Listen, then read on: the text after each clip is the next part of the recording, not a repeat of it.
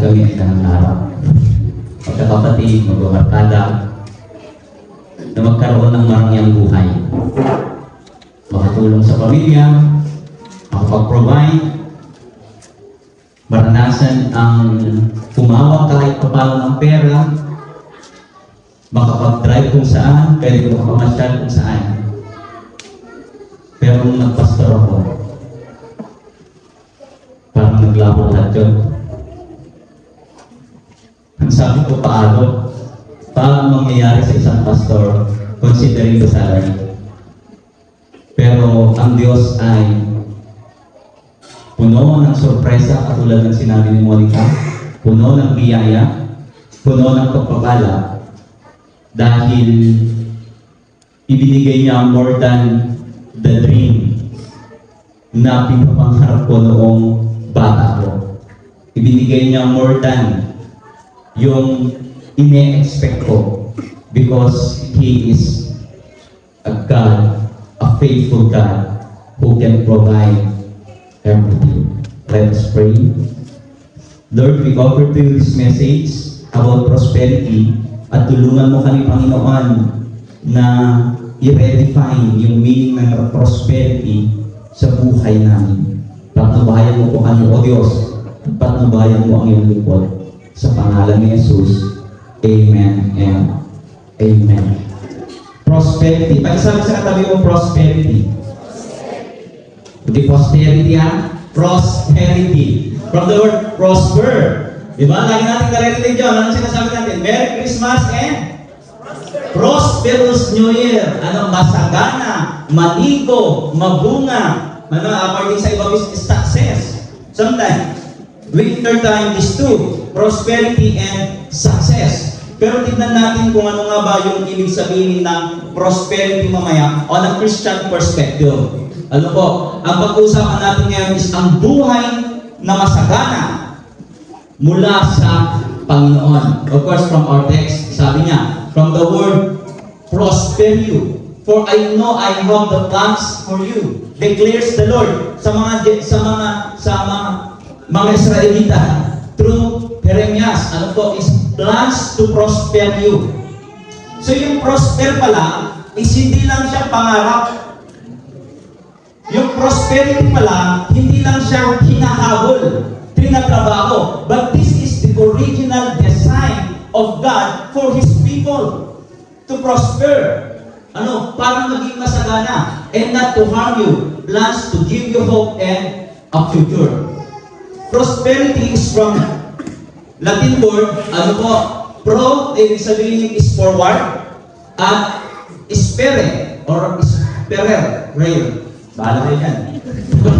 Pwede rin esperar eh. To hope. Umasa. To move forward na may pag-asa. So prosperity literally means moving forward with hope. Wala naman sigurong nangangarap sa inyo na pagdating ng bukas, kinabukasan ko, gusto ko hindi ako magtagumpay. Bukas ang pangarap ko, walang trabaho. Mag-aaral ako para hindi magkatrabaho, di ba? Lahat ng pinapangarap natin, nilulook forward natin is maayos, maganda, matagumpay, at masaganang bukas. At yan yung pag-asa natin. Advancing toward what is hoped for. Kahit ako nagpastor, hindi naman nawawala yung pangarap ko. Meron pa rin naman. Gusto ko pa rin naman magkaroon ng pera. Kaya kung bibigyan mo ako, biling akong tumanggap. Kung magbibigay kayo. Ano po? Sa Kawikaan, sabi niya, ang pagpapala ng Panginoon ang nagpapayaman at hindi niya ito dinaragdagan ng kapanglawan. Bakit kaya nagpapayaman, hindi dinaragdagan ng kapanglawan? Ano yung kapanglawan? Because in Proverbs, the writer is talking about ang prosperity is more than just wealth, more than just money.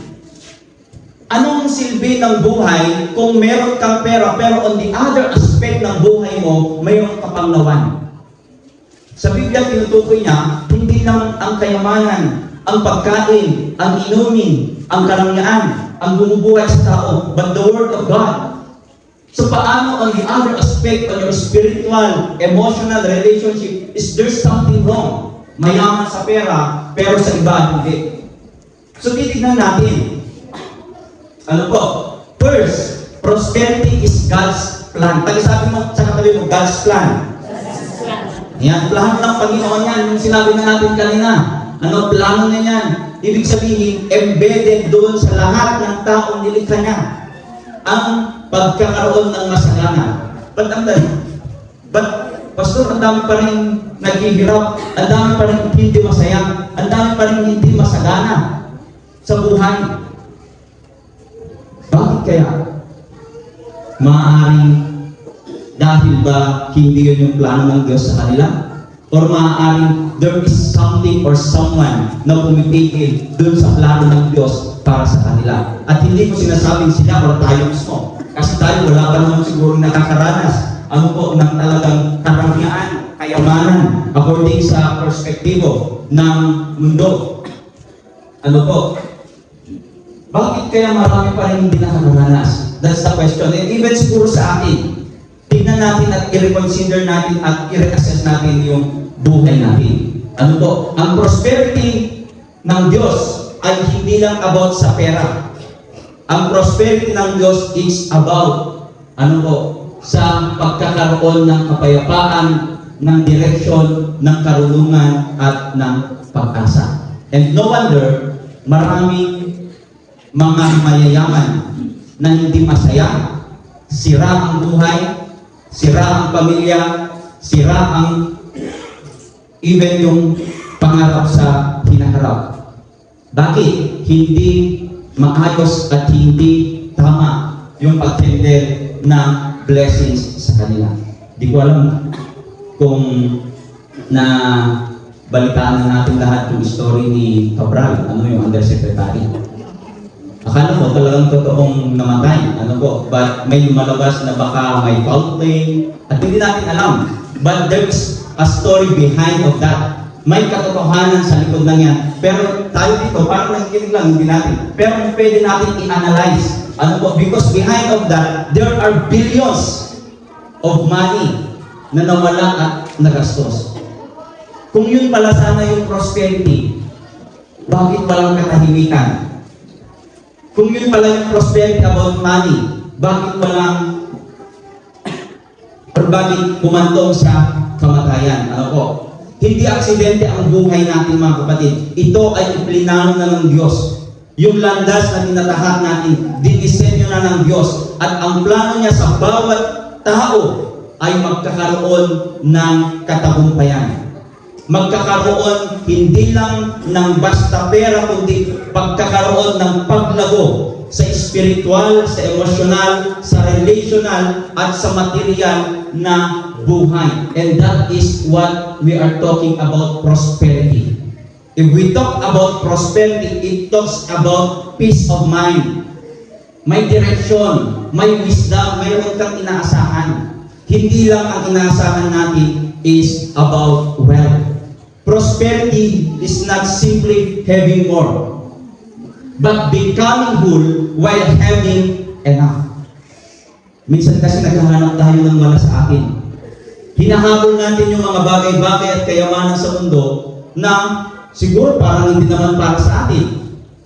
Kaya yung nagpukwento si Monica kanina, naalala ko. Pinento ko to kay Papa ko, sabi ni Papa, mag-aaral kayo mabuti.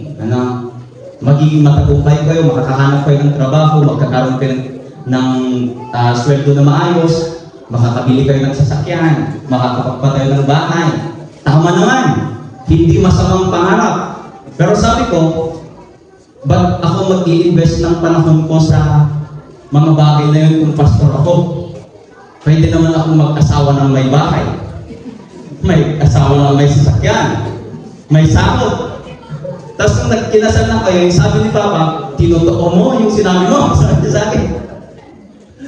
Pero yan ay part lahat sa plano ng Panginoon. If I am depending on my salary, paano? May gusto naman akong marating, may gusto akong pangarap, but God given me yung more than ina-expect, and I am not expecting that at the young age, is mabibigyan ako ng pagkakataon to lead the district at mapabilang sa cabinet. At hindi ko yun ipinagmamalaki. Hindi namin pinagmamalaki kung ano man yung meron na mga pagpapala sa amin. Yun ay bunga ng biyaya ng Panginoon. All by God's grace. Hindi dahil magagaling kami, hindi dahil sa madidiskarte kami, hindi. Biyaya ng Panginoon yun kasi naglilingkod kami sa Kanya. Ang tanong, Lord, ba't ako hindi naman ako naglilingkod ako, ba't wala? Kausapin mo si Lord. Magtanong ka kay Lord. Meron iba't ibang tayong pagpapala. Meron tayong iba't ibang pagpapala. But it's more than all the material. It's becoming whole while having enough. Hindi naman po magaling lang mag-budget si mga hindi po lumalagpas naman yung pera namin or yung anumang meron sa amin. Ano, sapat lang. Actually, minsan talagang sa biyaya talaga ng Panginoon na bubuhay lang. Ano po? Pero ito yung tandaan natin. Ang totoong kayamanan ay wala sa material na bagay. Nasa kapayapaan, direksyon, karunungan at pag-asa. Second, prosperity comes from God, not from the world. Ito yung sinasabi natin. Ang pagpapala ng Panginoon ay nagpapayaman at hindi niya ito dinaragdagan ng kapanglawan. Kung mayaman sa finances, dapat sa lahat ng aspeto mayaman. Nung nag-attend po kami sa Emmaus walk sa retreat, I was surprised. Ano po, may kasama kaming regional director ng senior citizen. Yun yung namin nila Papa. Ano po, nagre-retreat siya. Ano po, may mga nakasama kaming mga businessman, ang yayaman, sabi nila. Pero, they have time to spend with God. Ano po, at nire-recognize nila na anuman yung meron sa kanila galing sa Panginoon at gagamitin nila para sa Panginoon. Hindi pwedeng humihirap yung spiritual na buhay natin habang umaangat yung financial na buhay natin. Hindi pwedeng umaangat yung financial na buhay natin, yung economic life natin, yung mga blessings dumadami sa atin, pero yung relasyon sa pamilya natin nasisira. Hindi pwedeng umaangat kung ano man yung meron tayo, pero nagda-downgrade yung character natin. Dapat ang prosperity is holistic. Umaangat lahat. Kahit kapitbahay. Umaangat sa spiritual na buhay, sa emotional, sa pagtulong, sa paglilingkod, and even sa lahat. Because prosperity comes from God, not from this world. Ang yaman sa mundo ay may kasama laging pagod. Yung mga naghahabol ng yaman. May kasamang stress at takot na mawala. Kaya nga yung iba, natatakot mawalan ng pera. Sino nga hindi nga mabuti, oras siya kumita mabuti na. Di ba? Kasi paano? Pero kung yun yung priority natin at yun yung pinofocus natin, minsan nagbubunga ito ng stress at takot. Pero ang yaman na galing kay Yahweh sa Panginoon ay may kapayapaan, may kaginhawaan, at mayroong totoong kagalakan. So kung ang yaman natin is based sa ating source, si God, hindi tayo natatakot sapagkat alam natin na ang Diyos ang nagbibigay sa atin. Hindi naman masama ang umunlad, mga kapatid. Lahat tayo nangangarap umunlad. Pero ang masama at ang nakakatakot, ang umunlad na walang Diyos. Ang umunlad na lumalayo sa Diyos. Ang umunlad na papalayo sa Panginoon. Pero yung pag-unlad natin mas naglalapit sa atin sa Panginoon, masasabi natin, Lord, this is the perfect season. This is the perfect time. May isang kwento. Itago na lang natin sa pangalang Marco. Pero hindi siya yun, ha? May mapangarap na bata. Mapangarap na kabataan. Ang goal niya at ang plano niya, yumaman at maging matagumpay pag nagkaroon or pag nag-edad ng 30.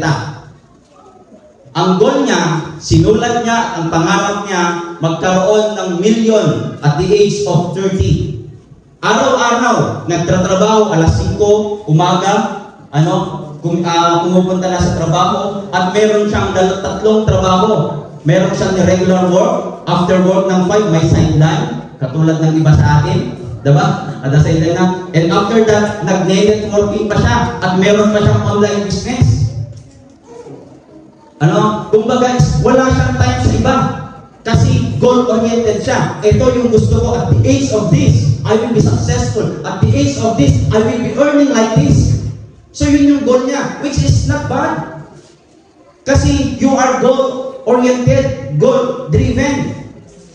Pero dumating yung panahon, etong si Marco, nagkasakit. At the age of 30, nakuha niya kung ano yung mga pangarap niya, nagkaroon siya kung ano yung meron siya, mga mamahaling mga kadamitan. Pero nagkasakit. And then, sa pag-ispi niya sa hospital, he realized, yung hinahabol niya na yaman, ay rason kung bakit nawala niya yung sarili niya. Yung inaakyat niyang hagdan ng tagumpay ay naging rason ng pagbagsak ng kanyang kalusugan. At nakita niya yung mamahaling relo niya. Hindi mamahaling to. At na-realize niya na yung oras niya ay hindi kailanman maipagpapalit sa buhay na meron siya. Paglabas niya ng ospital, hindi niya tinalikuran naman agad-agad yung mga pangarap niya. Hindi niya tinalikuran yung trabaho niya. It still works. Pero binago niya yung paraan niya. Natuto siyang puminto, natuto siyang matulog, natuto siyang magsabi, sapat na muna kung ano yung meron. At sa unang pagkakataon, hindi pera ang naramdaman niyang tunay na kayamanan. Si Marco, pagkalabas niya ng ospital, unang pagkakataon, hindi pera ang naramdaman niyang tunay na kayamanan, kundi yung katahimikan ng isip, yung lakas ng katawan, at yung oras para mabuhay kasama ang pamilya. Third, prosperity is a fruit of trust and obedience. Pag-isabi sa katabi mo, trust and obedience. By the way, sa panglimang gabi po natin, natututo po ba tayo? Amen. Nagigising po ba tayo? Or naiinis na po kayo kay pastor? Kasi laging, Lord, ouch! Or laging, Lord, ano ba naman to? Mga kapatid, baka tikot ko na yun, baka dati mag-ibagbaga, ni pastor ka namin nagpaspasagin. Kasi siya ka namin ng ibagbaga. Kapsat, ang kapaspasagilan. Patamaan ka talaga. Patamaan ka, sigurado. Dapat puro, hindi masagid lang. Dapat puro. At hindi lang dahil sa akin yun, alam po, yun ay subukan natin tignan, na the message comes from the Lord. At ako din mismo napapatamaan. Pag nagsesermon kami mga pastor, hindi lang naman po kami nagsasabi kung ano yung para sa mga members. Even as we prepared our sermon, unang nangungusap po sa amin ito. Unang nangungusap po sa amin ito. At hindi lang kami nagtuturo, kundi kami din ay natututo. Prosperity is a fruit of trust and obedience. Ang plano ng Diyos ay laging mabuti, alam po natin yan. Pero kailangan itong salubungin ng pagtitiwala at pagsusunod. Mga kapatid, walang masaganang buhay kung walang pagsunod sa Panginoon. At kung sinabi natin masaganang buhay, hindi lang ibig sabihin kaperahan, hindi lang ibig sabihin pagkain. Pag sinabi natin masaganang buhay, ay holistic. Kaya no wonder, maraming mga tao kahit hindi mayaman sa pera, masaya sila. Buong pamilya, mayroon silang panahon na mag-uusap, magkukwentuhan. Mayroon silang pagkakataon upang i-enjoy yung bukas. At makikita mo sa kanila, parang hindi tumatanda. Bakit? They have the true essence of wealth. They have the true essence of prosperity. Ano po? Yung kagalakan sa Panginoon. Hindi natin mararanasan ang prosperity na galing sa Panginoon pag inuuna natin yung sarili nating plano. Hindi tayo sumusunod sa kanyang prinsipyo, kung hindi tayo sumusunod sa kanyang prinsipyo, at hindi tayo nagtitiwala sa kanyang training. From the very beginning, na topic natin about priority, about purpose, about provision, about promise, and now about prosperity. Pabalik-balik na sinasabi natin, God has His own timing. And God has His own plan. We need to trust and obey God. Fourth, ano po? Prosperity is a journey. Pag sabi sa katabi mo, journey. Not an instant miracle. Yung prosperity, hindi katulad ng instant noodles. Ayun, yung kagabi sabi ko, sinisigil na si Lord, 2 beses pa lang na naging tapat sa Panginoon. Sa Jeremiah 29:11, para makita natin mga kapatid, ibinigay ng Panginoon yung promise sa kanila na sabi niya, "For I know I have the plans for you, plans to prosper you." Sabi niya sa mga Israelites, during the time of their brokenness, during the time of their hopelessness, during the time nung wala na silang inaasahan kundi ang Diyos. Sa mga panahon na maraming nangamatay sa kanila, sinasakop sila, minamaltrato sila, at dinadam sila. And that was the time that God gave them the promise to prosper. Pero nangyari yung years pa bago. And even yung salvation ng Panginoon sa mga Israelites, that sabi niya, from the descendants of David, magkakaroon ng isang hari na magliligtas ng sanlibutan. From the time of Isaiah, tatawagin siyang Emmanuel, prinsipe ng kapayapaan, tagapagligtas, Almighty Father. Alam niyo kung kailan natupad yung promise na yun sa Isaiah? After 600 years, bago nangyari doon sa Israel. Yung pangako niya yun. But last time, pinag-usapan natin that God still fulfilled His promise. Kaya nung nasa exile, yung mga Israelites during the time of Jeremiah, walang comfort doon. Walang maayos na buhay. Pero yung promise ni Lord sa kanila, yun yung pinanghawakan nila, that there is someday, there will be prosperity sa buhay natin. Mayroong pagiging masagana sa buhay natin. Kahit nandito tayo ngayon, dumaranas ng kabiguan, ng kapighatian. Mga kapatid, ang prosperity ay hindi agarang pangyayari. Ang prosperity, hindi rin ito destination. Na pag nandun na tayo, yung goal natin, na-realize na. Yung mga pangarap natin natupad na, masasabi natin, yun na ba yung buhay? Ang prosperity is not a destination and it's not a miracle. It's a journey. Isa itong proseso kung paano tayo hinuhubog at dinadala ng Panginoon mula sa wilderness patungo sa promised land. Kung paano tayo pinagpapala ng Panginoon mula sa kawalan patungo sa ipinangako niyang kasaganahan. Yun yung prosperity. Minsan ang prosperity nagsisimula sa brokenness. Nagsisimula sa pait. Nagsisimula sa pagkalugmok. Nagsisimula sa kawalan. Nung create ng Diyos ang mundo, ano po? Anong meron? Wala lahat.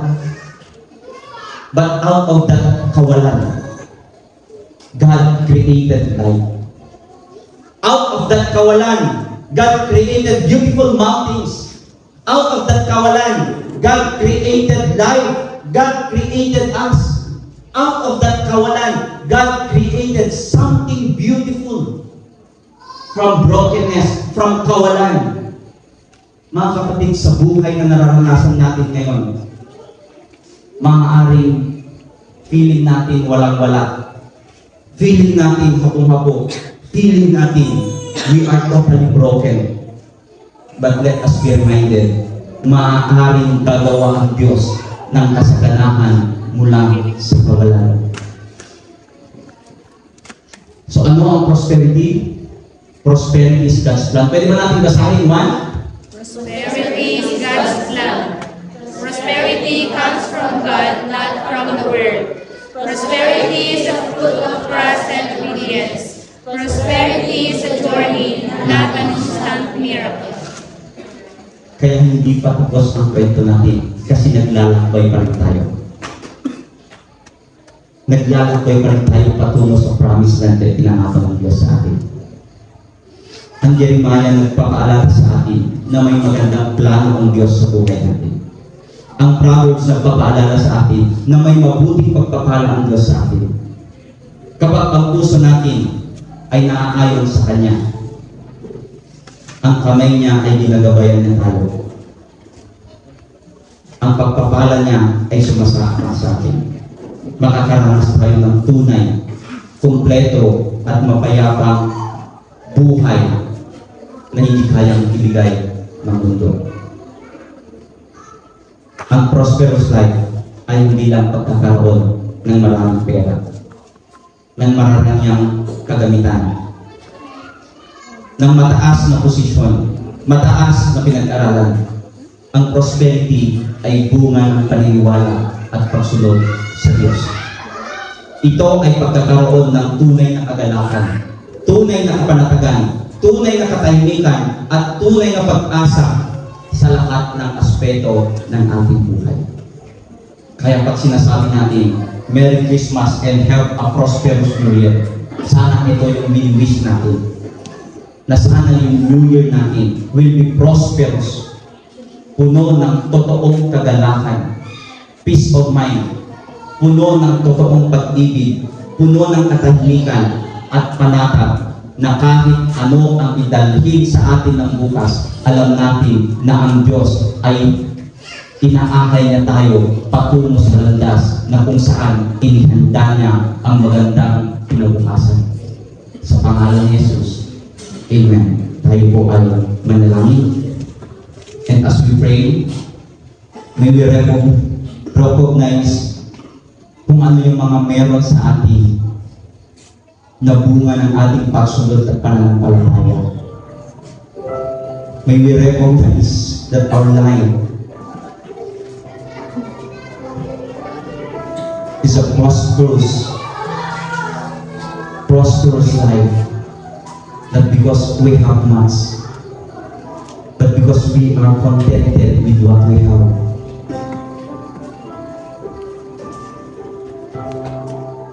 Kung may mga pagkakataon na tayo ay humahabol sa kayamanan, pero nawawala yung sarili natin, nawawala yung landas natin, nasisira yung pamilya natin, nasisira yung relasyon natin sa Diyos. Friends, baka hindi prosperity yung hinahabol natin.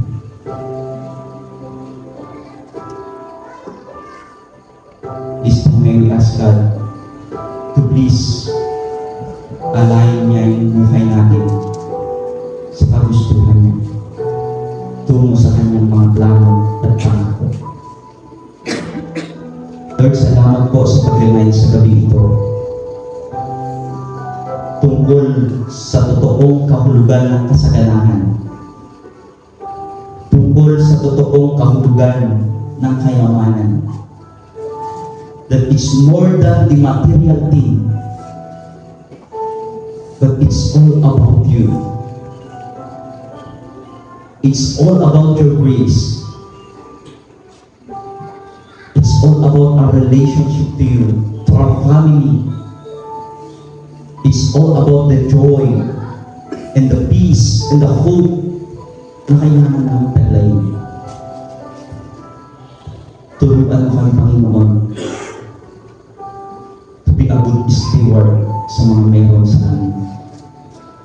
From our time, resources, talents, at kung ano mga pagpapala o Diyos na binibigay mo sa amin. Tulungan na po kami, Panginoon. Tagulungan mo kami, Diyos. Tulungan mo kami na umasa, magtiwala na sa gitna ng kawalan, meron kang ginagawa at ang iyong banal na diwa ay kumikilos. Kami hinahanda tungo sa ipinangako mo masakana, maayos at panatag na bukas.